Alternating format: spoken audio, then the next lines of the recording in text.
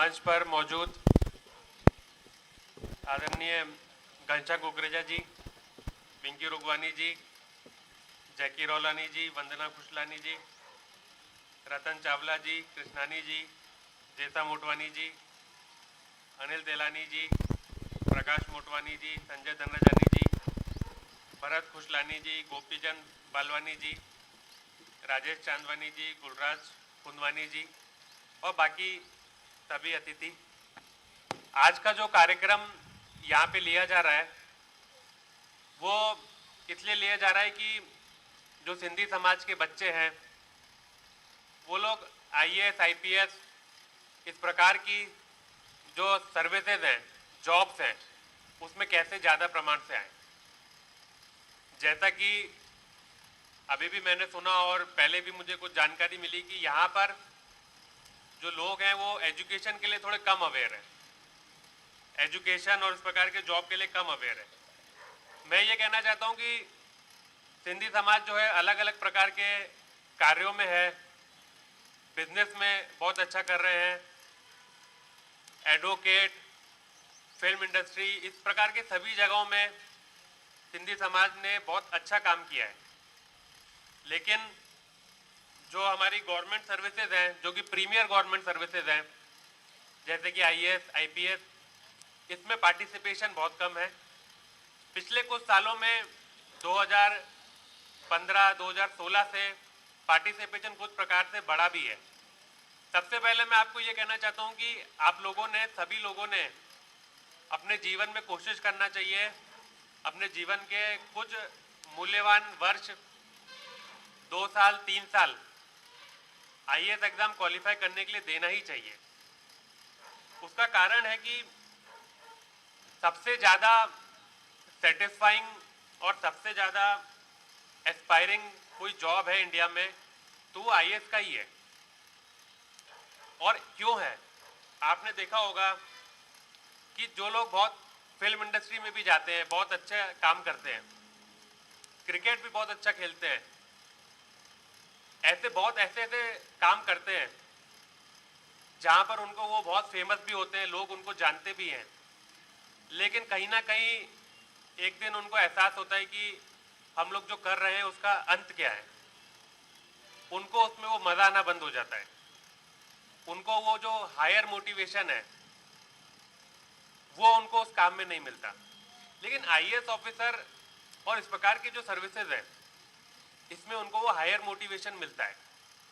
एक आईएएस अधिकारी अपने रिटायरमेंट तक अपने काम से एक दिन भी बोर नहीं होता। एक भी दिन उसको पूरे, जब से वो मान लीजिए 21 साल की उम्र में, 22 साल की उम्र में जब से उसका सिलेक्शन होता है तब से लेकर 60 ईयर्स की एज में जब से उसका रिटायरमेंट होता है, उसको कभी भी एक दिन नहीं लगता कि ये मैं क्या काम कर रहा हूँ, मुझे काम छोड़ देना चाहिए। लेकिन शायद जो बिजनेस कर रहे हैं उनको हर हफ्ते लगता होगा या कोई दूसरे टाइम में उनको लगता है, क्योंकि इसमें जो काम रहता है वो लोगों के लिए डायरेक्टली वर्क रहता है। रोज अपने काम में एक आईएएस ऑफिसर देख सकता है कि वो क्या बदलाव ला रहा है, कैसे लोगों के जीवन को वो बदल पा रहा है, कैसे देश में विकास ला पा रहा है, कैसे चीज़ों को वो चेंज कर पा रहा है। और यही नहीं, उसको अलग अलग जगह कार्य करने का भी मौका मिलता है। कभी डिस्ट्रिक्ट लेवल पर कलेक्टर की तरह काम करता है, तो स्टेट लेवल पर सेक्रेटरी की तरह काम करता है, तो कभी सेंट्रल गवर्नमेंट में भी काम कर सकता है। और इसके अलावा जो इंटरनेशनल ऑर्गेनाइजेशंस हैं जैसे कि यूनाइटेड नेशंस, दूसरे कंट्रीज में एम्बेसडर बनना, ये सभी जगह पर वो एक ही अधिकारी अलग अलग समय पे अपने कार्य कर सकता है।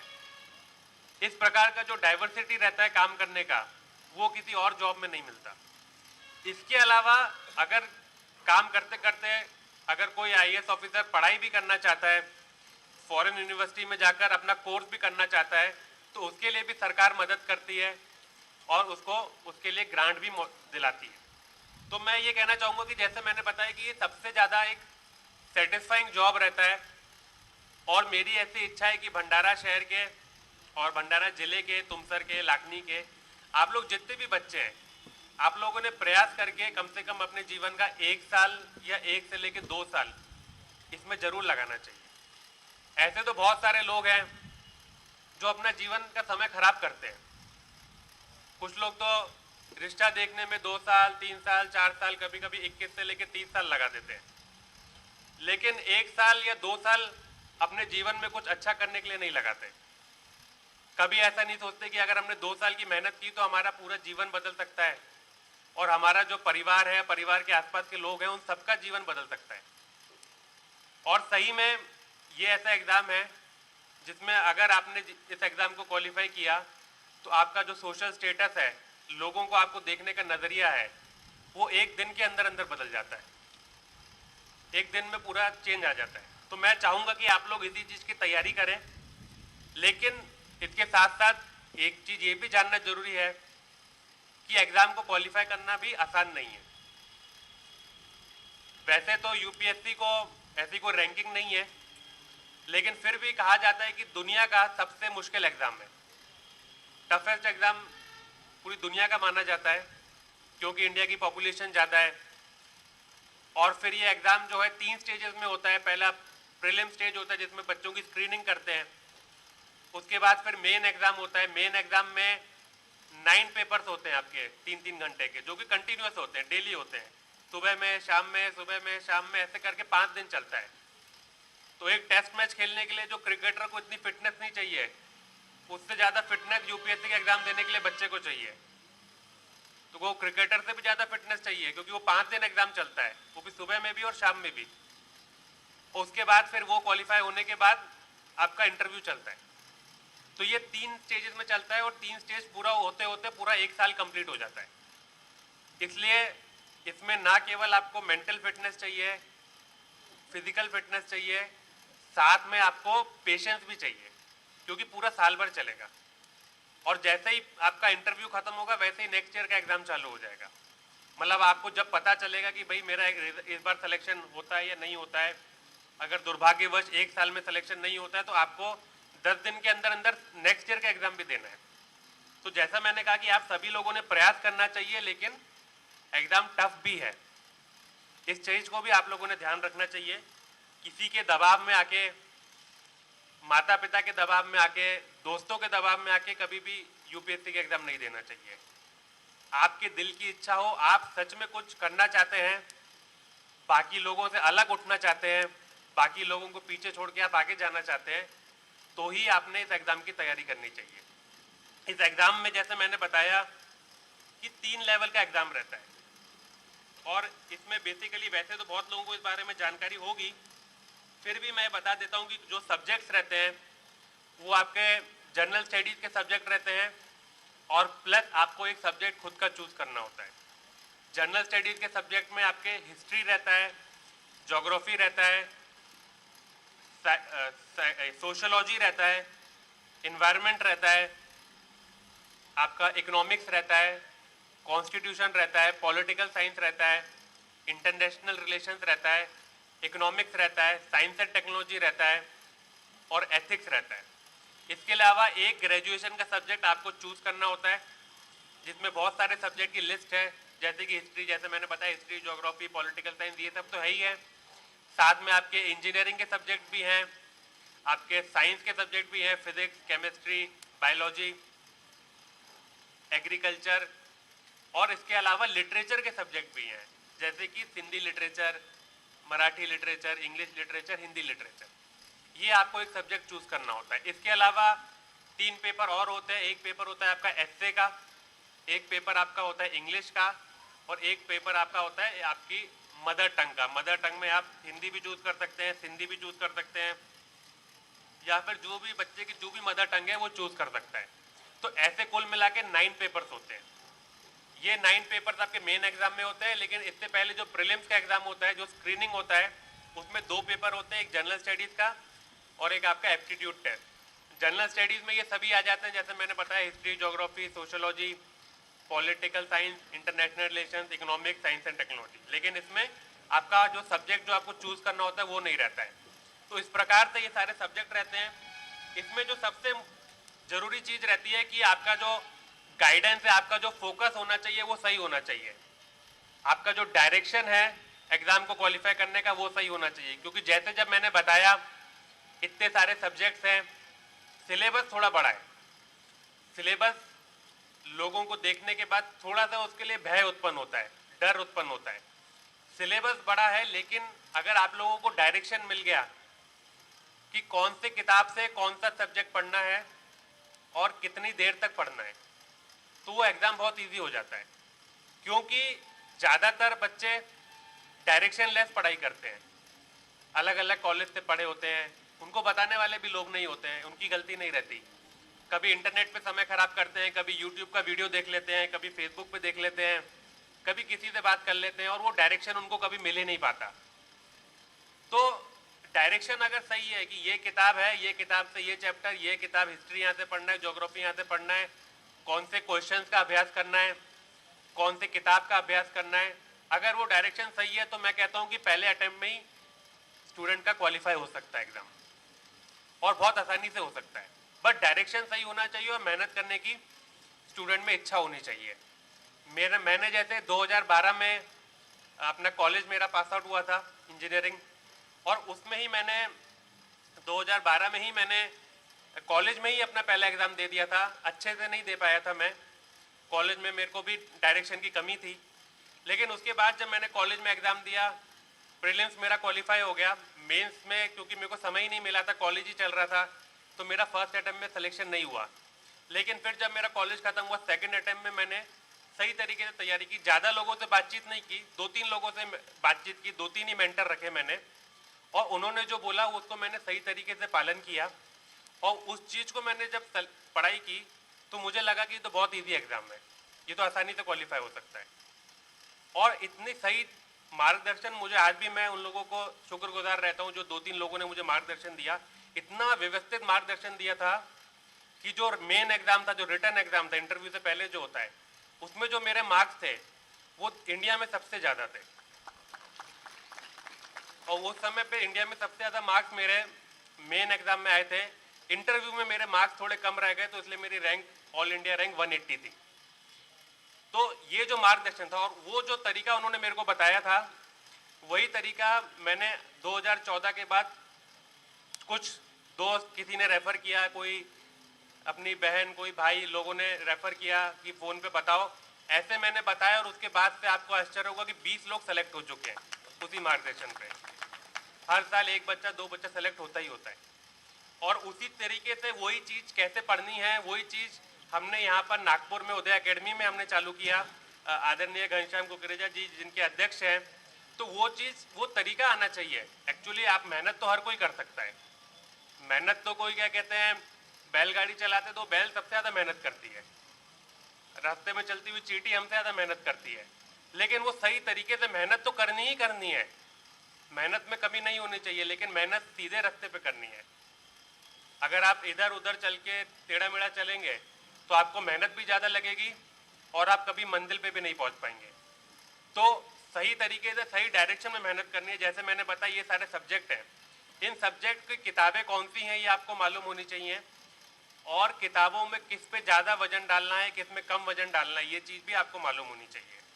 और इसके अलावा एक प्लान आपको तैयार करना जरूरी है, क्योंकि 1 साल तो कम से कम आपको तैयारी करनी ही पड़ेगी।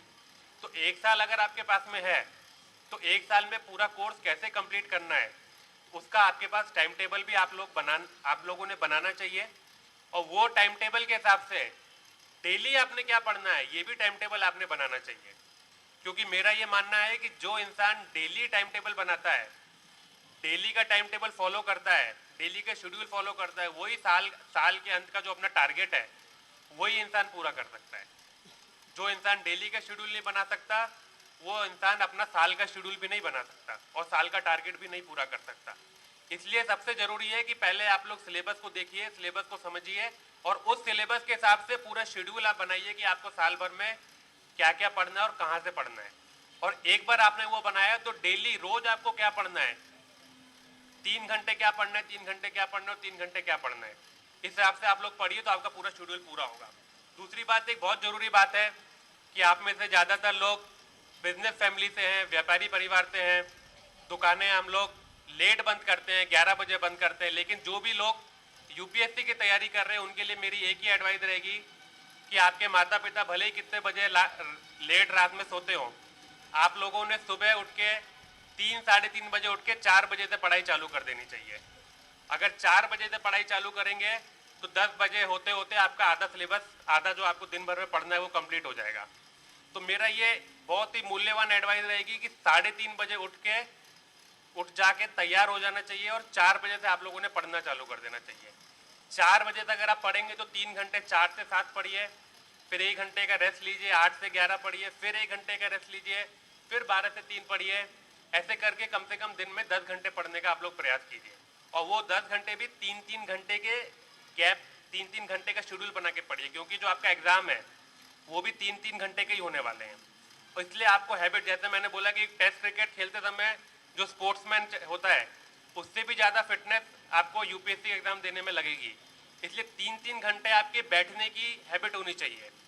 इसलिए आप 3-3 घंटे का टाइम टेबल बना के आप पढ़िए। सुबह जैसे मैंने बताया कि 4 से 7, तो 4 से 7 के बीच में जब आप पढ़ रहे हैं तो इसका मतलब ये नहीं कि पढ़ते समय आपने मोबाइल यूज़ कर लिया, बीच में आपने क्या कहते हैं किसी से फ़ोन पे बात कर ली, घर वालों से बात कर ली, टीवी देख लिया, कुछ भी नहीं। जब आप 4 से 7 पढ़ रहे हैं मतलब 4 से 7 पढ़ ही रहे हैं, बस उठ भी नहीं रहे हैं। उठना भी आपको 7 के बाद है, 7 से 8 के बीच में जो आपका रेस्ट टाइम है उसी में आप उठिए। तो जब आप 4 से 7 पढ़ रहे हैं तो बस उसमें केवल और केवल पढ़ाई होनी चाहिए। और वो भी कैसे होगा उसका भी तरीका बताता हूँ कि एक टॉपिक लेके चलिए कि ये टॉपिक 4 से 7 में पढ़ना है।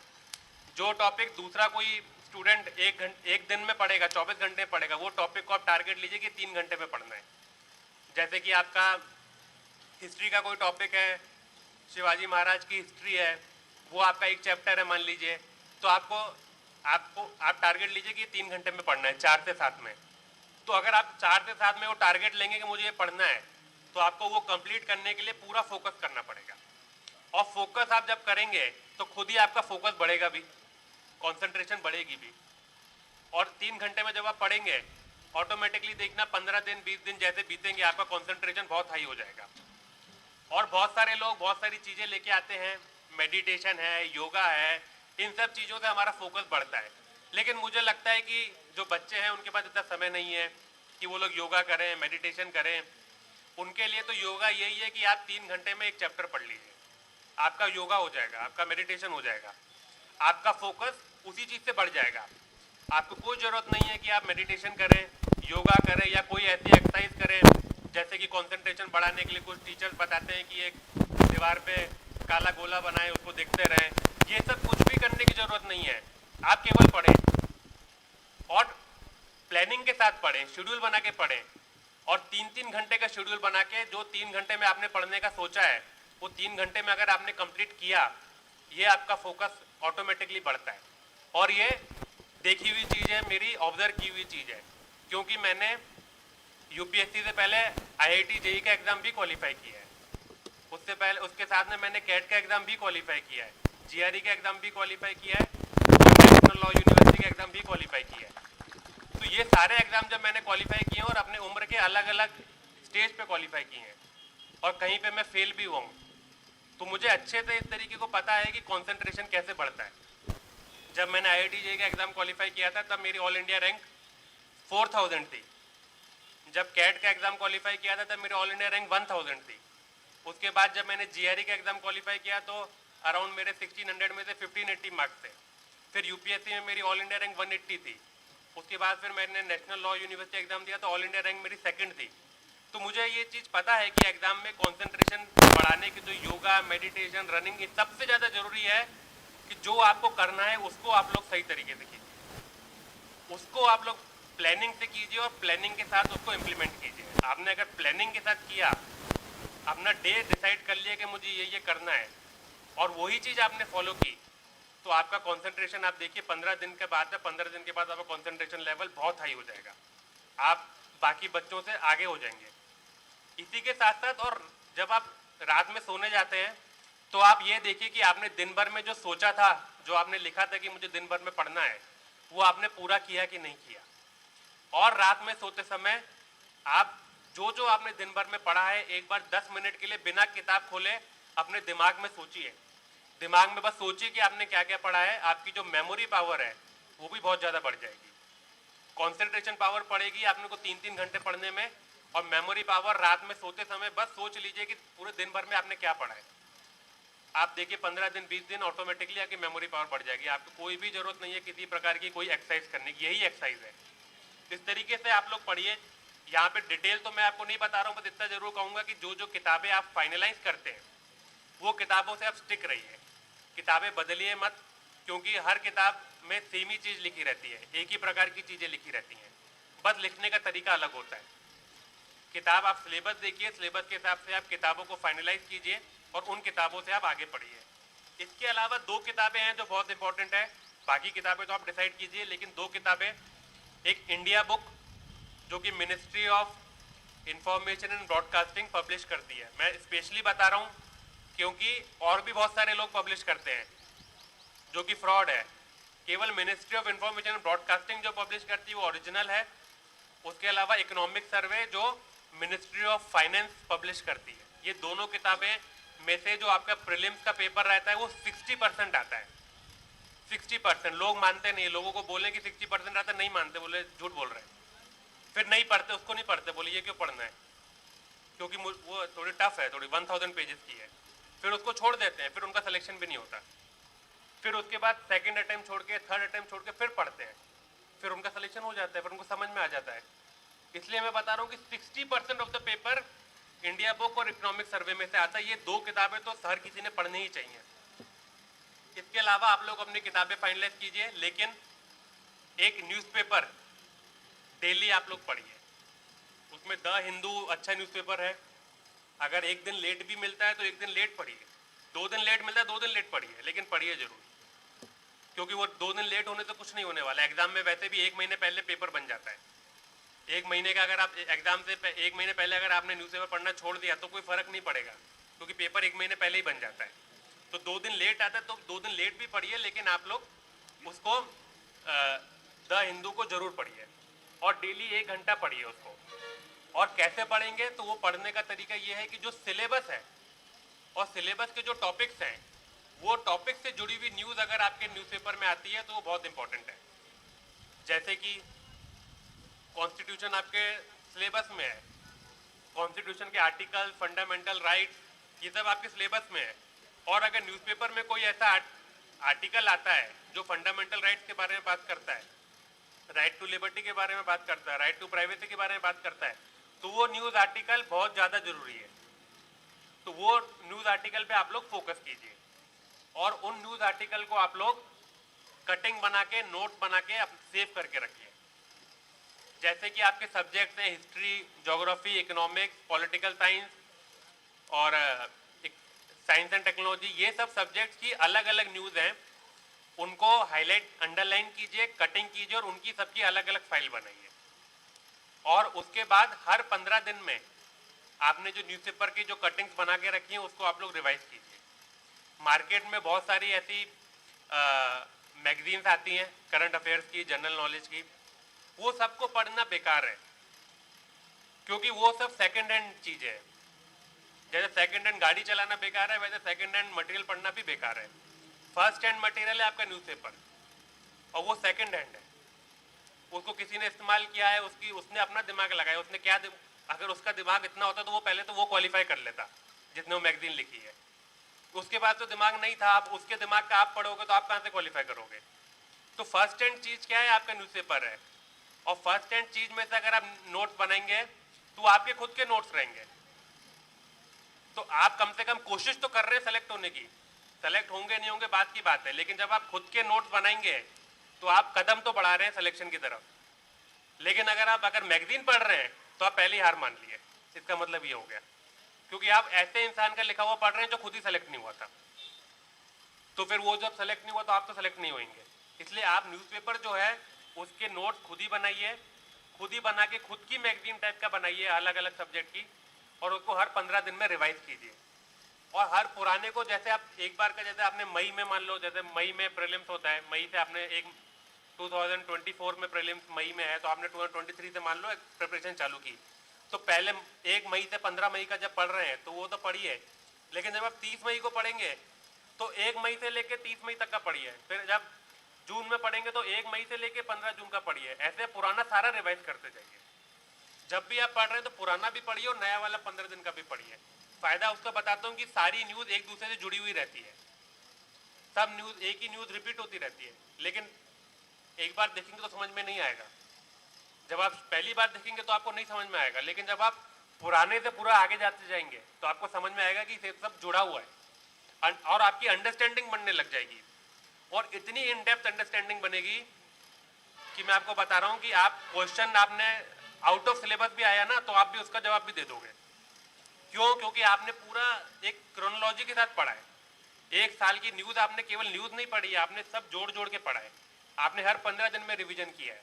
तो जब आप 15-15 दिन में रिवीजन करेंगे तो जो क्वेश्चन आपको आते होंगे वो तो आप लिखेंगे, जो नहीं भी आते होंगे उसका भी आंसर आप प्रेडिक्ट कर लेंगे कि इसका आंसर यही होगा, और वो सही भी हो जाता है। लेकिन उसके लिए मेहनत लगती है, तरीका लगता है 15-15 दिन में पढ़ना।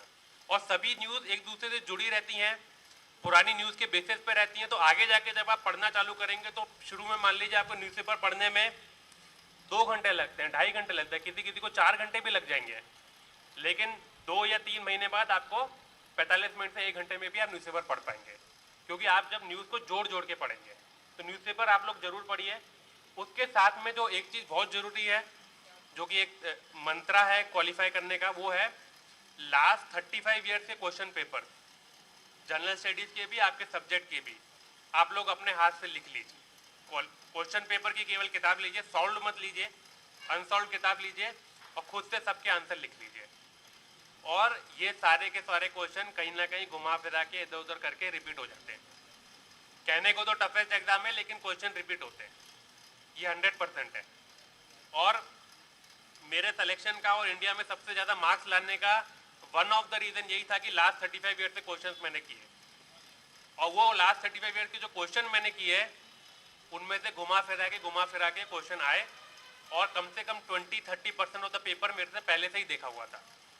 जब 20-30% पेपर अगर आपका पहले से देखा तो आप लोगों से तो बहुत आगे चले जाएंगे, क्योंकि जो क्वालिफाइंग जो मार्क्स हैं वो 50% ही हैं, और उसमें 30% आपने पहले से ही देखा हुआ है, तो ऑटोमेटिकली आप 50% रेस तो जीत ही गए। तो लास्ट 35 ईयर से क्वेश्चन पेपर करना बहुत ज़रूरी है। ऑल्दो फिर से बताता हूँ कि ईजी नहीं है, आसान काम नहीं है लास्ट 35 साल के पेपर करना, क्योंकि उसमें आपको खुद से लिखना है, कॉपी नहीं करना है, ओरिजिनलिटी रहनी चाहिए। अकेले की जगह या 2 या 3 के ग्रुप में बैठ के कीजिए, इंटरनेट का इस्तेमाल करना पड़ेगा। कुल मिला के आपको 3 से 4 महीने लगेंगे। आपने अगर पढ़ाई की है पूरी कंप्लीट तो आपको लास्ट 35 से क्वेश्चन पेपर करने में 3 से 4 महीने लग जाएंगे। तो वो आप लोग कीजिए, क्योंकि बहुत ही पॉजिटिव एक्सरसाइज है वो, और उससे आपको ऑटोमेटिकली आधी रेस तो आप खुद ही वैसे ही कवर कर लेंगे। इसके अलावा जो एक इम्पॉर्टेंट चीज़ है जिसके बारे में हम लोग फोकस करेंगे वो ये है कि जो ऑप्शनल सब्जेक्ट रहता है, ऑप्शनल सब्जेक्ट बहुत इंपॉर्टेंट रहता है, क्योंकि ऑप्शनल सब्जेक्ट के जो आपके मार्क्स हैं ये डिसाइड करेंगे आपका सिलेक्शन होगा कि नहीं होगा, या फिर आपकी क्या रैंक आएगी और क्या रैंक नहीं आएगी। इसमें सोशल साइंस के सब्जेक्ट हैं, साइंस के सब्जेक्ट हैं, और जैसे मैंने बताया लिटरेचर के सब्जेक्ट हैं। साइंस के बारे में ऐसा है कि इसमें मार्क्स बहुत अच्छे आते हैं, लेकिन तभी अच्छे आते हैं जब आपको क्वेश्चन का आंसर आता है, और नहीं तो जीरो भी आते हैं।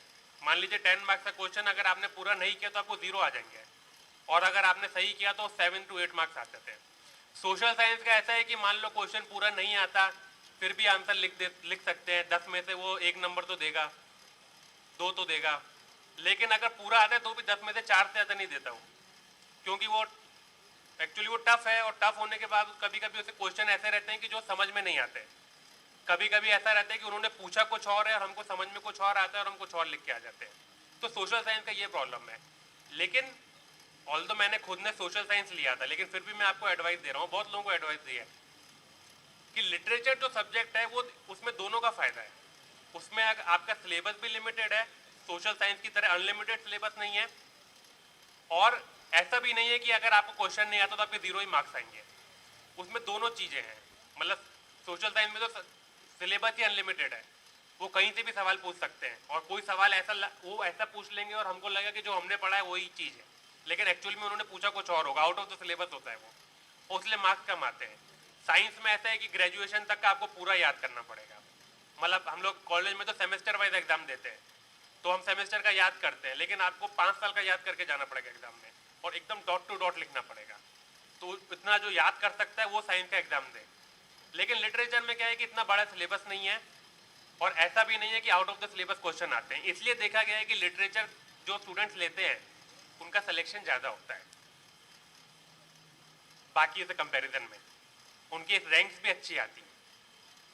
तो लिटरेचर में जैसे उदय एकेडमी में सिंधी लिटरेचर पे जो पुणे से हमारे टीचर हैं वो पढ़ाने आते हैं और बेहतरीन टीचर हैं।